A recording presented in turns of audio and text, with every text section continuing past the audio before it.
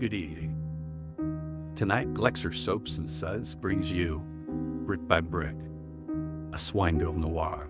Remember, if your suds don't soap, it ain't Glexers. This tale was spun by ChatGPT and punched up by some guy named Claude. What kicked it off? Well, just a little simple prompt like this. Tell me the story of the three little pigs in the style of Raymond Chandler. You don't know Raymond Chandler?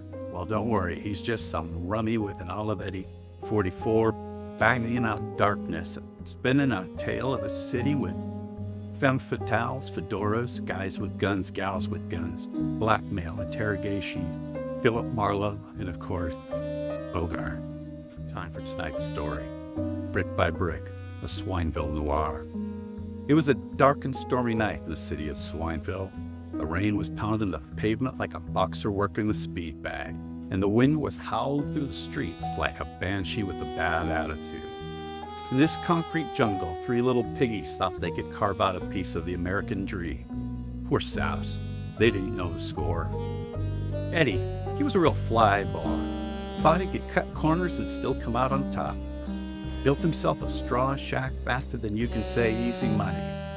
But in Swineville, nothing comes easy. Enter Big Bad, a wolf with a smile that could charm the scales off a snake, and a suit so sharp it could cut glass. He huffed, he puffed, and Eddie's little house of cards came tumbling down. The pig hit the bricks, running like there was no tomorrow, and in Swineville, there might not be. Frankie, he fancied himself the smart one, thought a house of sticks would keep the wolves at bay. But Big Bad, he had other ideas. One good blow and Frankie's fortress became kindling. Another pig on the land, another notch on Big Bad's belt. Then there was Sammy, a real stand-up guy in a town of fallout.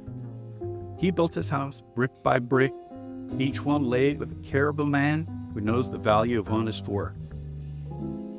When Big Bad came knocking, Sammy didn't flinch. The wolf huffed and puffed till his lungs were raw. Brick house stood as strong as Sammy's resolve. Big Bad slunk away into the shadows, tail between his legs. But in Swineville, you can bet he'll be back. The city never sleeps, neither do its predators. As for the three little pigs, they learned a hard lesson that night. In a town where the rain never stops and the wolves wear pinstripes, you either wise up or end up as bacon. It's just another day in Swineville, where happy endings are as rare as honest cops, and the only thing you can count on is trouble.